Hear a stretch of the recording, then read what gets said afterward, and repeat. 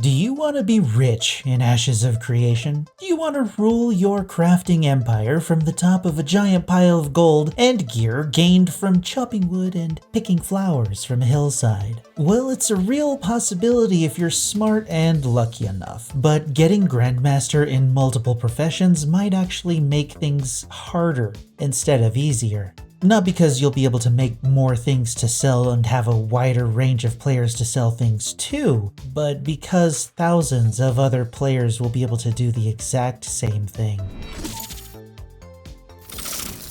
Right now, Intrepid Studios says that players can become level 50 Grandmasters in up to 2 of any of the professions. I believe it was originally 2 in a tree, but they recently changed it and I'm not so sure that it was a good change. The alpha probably has a very small population of players, so it would make sense that mastering 2 professions will help that small population gain access to all of the items that can be crafted during the test. But how will that play out when there are tens of thousands or even hundreds of thousands of players working together in Ashes of Creation? The profession overlap that will be created could become problematic depending on what the popular profession turns out to be. If several players in the same local area choose the same profession because of the local resources, that particular profession will become unsustainable for multiple players depending on how well they can gain crafting materials. It's possible that the thinking behind this decision was the fact that players are going to be locked into their crafting profession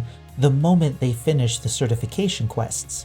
If they're in an area and their local community needs a metalsmith, a player may choose to take on that role out of necessity. But what if that player actually wanted to grow up to be a carpenter, but decided to help the node grow instead? Well, then they're permanently stuck in the metalsmithing profession with no way to change later on if they wanted to. And for this example, I'm talking about mastery. I could actually see how this decision improves gameplay for individual players in this particular situation. However, once we expand that decision across the entire community, that's when the overlap problem I mentioned earlier comes into play. Besides trying to help their home node be successful, players will want to make a name for themselves and gain as many golden pixels as possible. So in order to accomplish that, the professions that seem to generate the most prestige and wealth will be what the majority of players choose to level first. And what will happen to the many players that happen to choose the most popular profession on the server, and what happens when they all gather in the same scientific metropolis to make and sell those items? They're going to find themselves paying absurd amounts of money for crafting materials just to be forced to sell the materials they're making at ridiculously low prices once they finally reach Grandmaster in their chosen profession. Now obviously I can't read the minds of the developers and I can't predict the future of the game. All I'm doing here is pointing out some possible outcomes from the current profession caps and what we currently know about the game. There were videos by Stikeno and Ashes of Relation that talked about the downsides of mastering 2 professions and the importance of scarcity that mastering 1 profession would cause and benefit the game.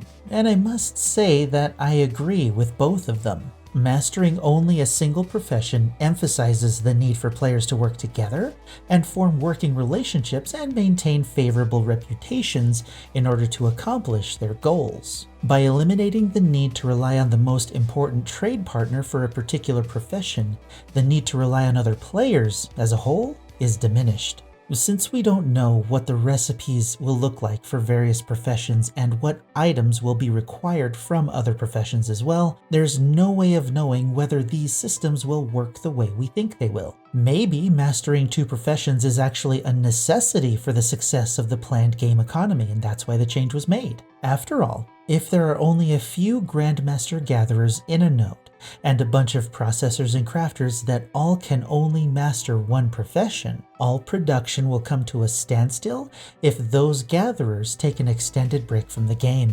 Opening mastery up to 2 professions allows players to fill the gaps in the most important part of their primary profession, mining ore to process, for example, and then cutting out the need to rely on other miners in those situations. But there is an alternative solution to this conundrum. Final Fantasy XIV has a crafting mastery system where you can have up to 3 items that allow you to craft the highest tier items in a particular craft. You can change these 3 items every day, so it's not a real limitation.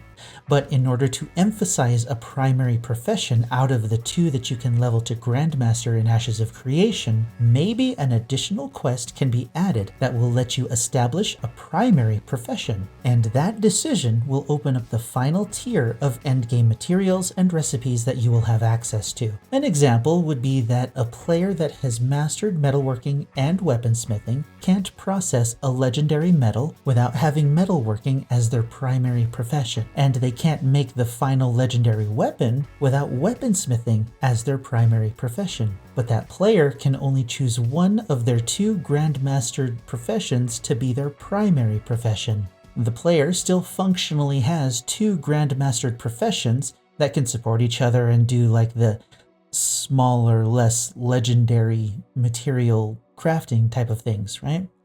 But they can only complete one step of the highest tier of items, requiring them to source the other legendary parts from other Grandmasters as intended. It's probably an unnecessary step and is a solution to an imaginary problem in a game that doesn't exist, but hey, that's why we live in Speculation City. Let me know what you think in the comments below.